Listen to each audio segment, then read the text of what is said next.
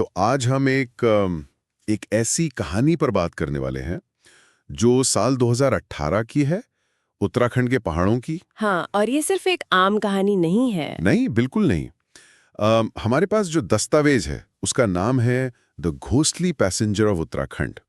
और ये कहानी एक टैक्सी ड्राइवर की है, राकेश। और उसकी एक रात की सवारी की। हाँ, लेकिन ये सिर्फ एक डरावनी कहानी नहीं है। ये इस सवाल को कुरेदती है कि हमारा अतीत, जिसे हम भूल जाना चाहते हैं, क्या वो वाकई कभी हमारा पीछा छोड़ता है? और यहाँ सबसे दिलचस्प सवाल ये उठता है कि क्या उस रात राकेश का सामना वाकई किसी भूत से हुआ था, या फिर वो अपने ही जमीर से टकरा गया था जो एक भूत का नकाब पहने हुए था। बिल्कुल। ये कहानी तर्क और अपराध बोध के बीच की एक बहुत ही महीन रेखा पर चलती है। तो चलिए इस कहानी की परतों को खोलते हैं और समझने की कोशिश करते हैं कि उस रात उस पहाड़ी सड़क पर हुआ क्या था। ठीक है। तो कहानी का जो मुख्य किरदार है राकेश, वो उत्तराखंड में रात को टैक्सी चलाता था। और दस्तावेज के हिसाब से वो एक बेहद प्रैक्टिकल किस्म का इंसान था। हाँ, यथार्थवादी। उसका तो एक तकिया कलाम था, भूत वूत कुछ नहीं होता। मतलब वो हर चीज के पीछे कोई ना कोई तर्क, कोई विज्ञान ढूंढने वाला आदमी था। और कहानी की शुरुआत के लिए ऐसा किरदार बहुत जरूरी होता है। मतलब जब कोई ऐसा व्यक्ति जिसका दुनिया को देखने का नजरिया ही तर्क पर आधारित हो, हाँ, वो जब किसी ऐसी चीज का अनुभव करता है जिसे वो समझ नहीं सकता, तो उसका असर बहुत गहरा होता है। वो सिर्फ डर नहीं होता, वो उसकी पूरी पहचान का टूटना होता है। सही बात है। और जिस माहौल में वो काम करता था, वो उसके इस विश्वास की रोज परीक्षा लेता था। मतलब वो पहाड़ी रास्ता। हाँ, राकेश जिस पहाड़ी रास्ते पर रात में टैक्सी चलाता था, वो काफी बदनाम था। स्थानीय लोगों में कई कहानियां थी। वो मानते थे कि सूरज ढलने के बाद उस रास्ते पर जाना खतरे से खाली नहीं है। देखिए, ये समझना भी दिलचस्प है कि ऐसी कहानियां अक्सर दूर दराज के इलाकों में ही क्यों पनपती हैं। ये सिर्फ अंधविश्वास नहीं होता। तो फिर क्या होता है ये एक तरह का, आप कह सकती हैं, एक सामुदायिक चेतावनी तंत्र, एक सोशल वार्निंग सिस्टम। घुमावदार सड़कें, खराब मौसम, जंगली जानवरों का खतरा, अच्छा। इन सबको एक रहस्यमयी कहानी में पिरो दिया जाता है ताकि लोग सावधानी बरतें। वो जो अनएक्सप्लेन्ड एक्सीडेंट्स का जिक्र सोर्स में है, हो सकता है वो मानवीय भूल से हुए हों, लेकिन उन्हें किसी अलौकिक शक्ति से जोड़ देना उन्हें ज्यादा यादगार बना देता है। और राकेश इन सब चेतावनियों को नजरअंदाज करके रोज रात उसी सड़क पर निकलता था। लेकिन उस एक रात कहानी बदल गई। दस्तावेज के अनुसार घड़ी में 2:40 हो रहे थे। राकेश शायद अपना काम खत्म करके घर लौटने की सोच ही रहा था। और तभी उसे एक आखिरी सवारी मिली। हाँ, रात का वो पहर, जिसे कुछ लोक कथाओं में विचिंग आवर भी कहते हैं। हाँ, मतलब वो समय जब माना जाता है कि अलौकिक शक्तियां सबसे ज्यादा सक्रिय होती हैं। कहानी में तनाव भरने के लिए ये एक छोटी सी पर बहुत असरदार डिटेल है। और सवारी कौन थी? एक अकेली लड़की। उसने सफेद रंग का सूट पहना हुआ था और वो बिल्कुल खामोश थी। बिल्कुल खामोश। गाड़ी में बैठने के बाद उसने सिर्फ एक लाइन कही, वो भी बहुत धीमी आवाज में, बस सीधा चलिए, रोकना मत। 1 मिनट, रोकना मत। ये एक यात्री का निर्देश कम और एक कैद की शर्त ज्यादा लगती है ना? हाँ, ये तो मैंने सोचा ही नहीं। ऐसा लगता है जैसे वो कह रही हों कि इस सफर के नियम अब मैं तय करूंगी। ड्राइवर की मर्जी अब खत्म हो चुकी है। और उसका वो सफेद लिबास, जो पवित्रता और मृत्यु दोनों का प्रतीक माना जाता है, वो माहौल को और रहस्यमय बना देता है। राकेश ने शायद थोड़ा अजीब महसूस करते हुए भी गाड़ी आगे बढ़ा दी और सफर शुरू होते ही अजीब घटनाओं का सिलसिला शुरू हो गया। सबसे पहली चीज क्या हुई? पहली चीज थी कार का रेडियो। पूरे रास्ते उसमें से सिर्फ खरखराहट की आवाज आती रही, जैसे कोई सिग्नल पकड़ने की नाकाम कोशिश कर रहा हो। राकेश जैसे तर्कवादी इंसान के लिए ये पहली चुनौती रही होगी। उसका दिमाग तुरंत इसका कोई लॉजिकल जवाब ढूंढेगा, अरे पहाड़ों में सिग्नल वीक होता है। बिल्कुल। लेकिन ये सिर्फ शुरुआत थी। अक्सर ऐसी कहानियों में रेडियो का खराब होना इस बात का प्रतीक होता है कि बाहरी दुनिया से आपका संपर्क अब टूट रहा है, आप एक अलग ही हकीकत में दाखिल हो चुके हैं। और जैसा आपने कहा, ये सिर्फ शुरुआत थी।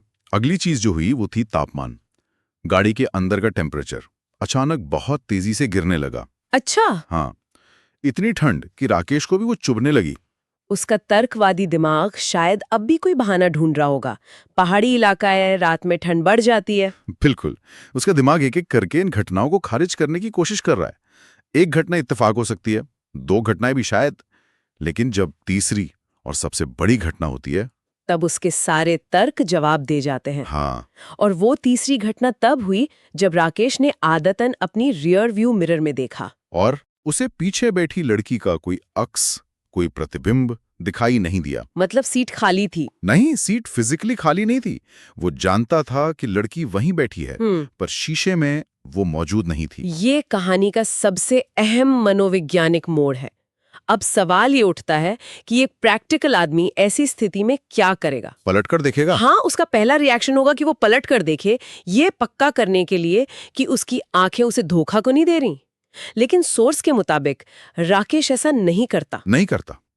उसके हाथ स्टीयरिंग पर जम जाते हैं, वो पूरी तरह पैरालाइज हो जाता है। वो ऐसा क्यों नहीं करता? क्या वो सच का सामना करने से डर रहा था? शायद यही। या फिर क्या ये सिर्फ डर था, या उसके अवचेतन मन ने, उसके सबकॉन्शियस माइंड ने उसे पलटकर देखने से रोक दिया? शायद उसके अंदर का कोई हिस्सा जानता था कि अगर उसने पलटकर देख लिया तो वो सच सामने आ जाएगा, जिसे वो 2 साल से दबाए हुए हैं।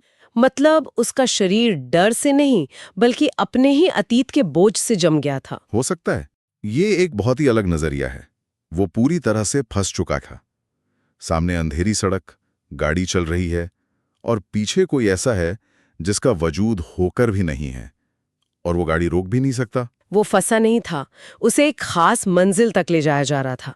वो अनजाने में एक ऐसी यात्रा पर था जिसका रास्ता और मंजिल दोनों ही उस रहस्यमय यात्री ने पहले से तय कर रखी थी। और फिर वो मंजिल आ ही जाती है। अचानक उसी खामोशी को तोड़ते हुए वो लड़की बहुत धीरे से कहती है, क्या कहती है?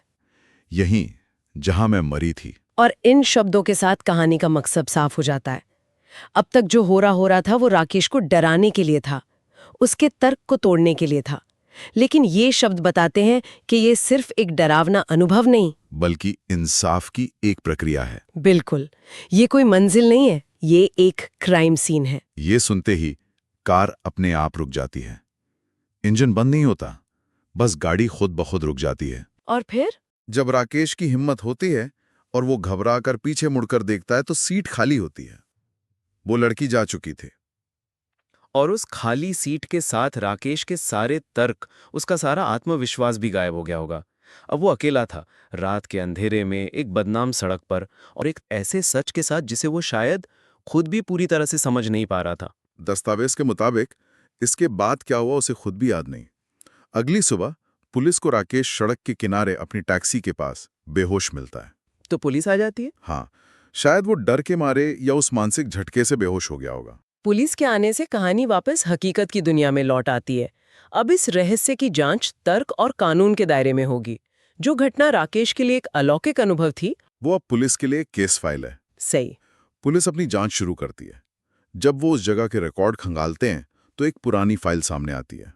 पता चलता है कि ठीक उसी जगह पर 2 साल पहले एक लड़की का एक्सीडेंट हुआ था। एक हिट एंड रन का केस। हाँ, अब कहानी के टुकड़े जुड़ने लगते हैं, है ना? हाँ, लेकिन कनेक्शन अभी भी अधूरा है। पुलिस को यह भी पता चलता है कि उस लड़की को टक्कर मारने वाला ड्राइवर एक टैक्सी वाला ही था, जो बहुत तेज गाड़ी चला रहा था और टक्कर मारकर भाग गया था। और वो ड्राइवर, वो कभी पकड़ा नहीं गया। कहानी में असली मोड़ तब आता है जब पुलिस बेहोशी से जागे राकेश से पूछताछ करती है।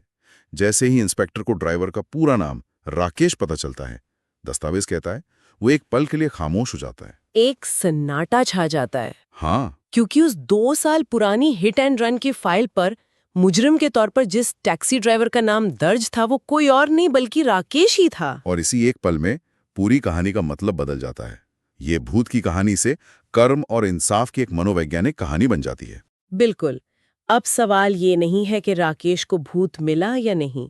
अब सवाल ये है कि क्या राकेश का दबा हुआ अपराध बोध, उसका गिल्ट इतना शक्तिशाली हो गया कि उसने उसके लिए एक जीती जागती हकीकत बना दी? तो आप कह रही हैं कि वो लड़की शायद राकेश के दिमाग की ही उपज थी? हो सकता है, एक मति भ्रम जो उसके ज़मीर ने उसे सच कबूल करवाने के लिए पैदा किया था।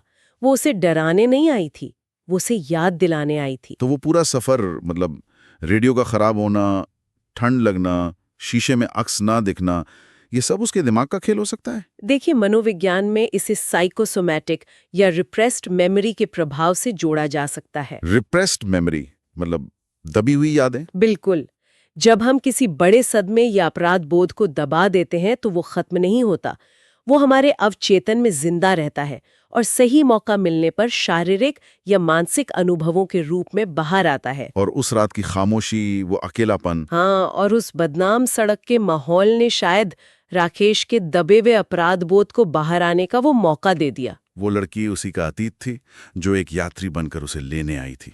ये कितना अजीब है। उसे उसी जगह पर वापस लाया गया जहां उसने वो गुनाह किया था। एक तरह का कबूलनामा था जो उससे अनजाने में करवाया गया। बिल्कुल। राकेश 2 साल तक कानून से भागता रहा, लेकिन वो अपने किए हुए काम से नहीं भाग सका। उसका अतीत उसे ढूंढ ही लेता है। हमारे सोर्स के मुताबिक राकेश पर कानूनी कार्रवाई हुई या नहीं ये साफ नहीं है, लेकिन उस रात की घटना का उस पर इतना गहरा असर हुआ कि उसने फिर कभी रात में गाड़ी नहीं चलाई। कभी नहीं। हाँ, उसका जो आत्मविश्वास था, जो यथार्थवाद था, वो उस रात उस पहाड़ी सड़क पर हमेशा के लिए टूट गया। ये शारीरिक रूप से बचने से ज्यादा एक मानसिक और आत्मिक स्तर पर सजा थी। वो जिंदा तो रहा, पर शायद उस अपराध बोध के साथ जो अब ताजा हो चुका था।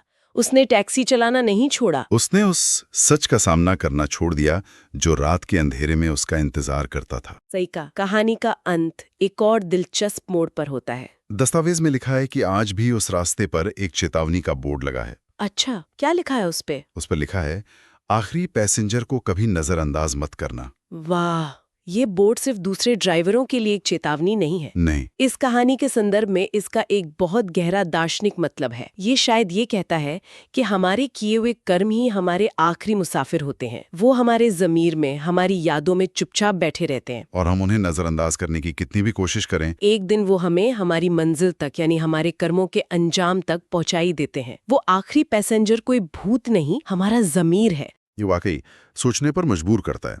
एक सवाल जो दिमाग में रह जाता है वो ये है कि अगर उस रात राकेश का अपराध बोध इतना ही मजबूत था, तो क्या वो किसी और शक्ल में सामने नहीं आता? अगर उस रात वो लड़की नहीं मिलती, तो क्या शायद कोई सपना, कोई आवाज या कोई और घटना उसे उसी सच तक नहीं ले आती? क्या हम वाकई अपने अतीत से कभी भाग सकते हैं?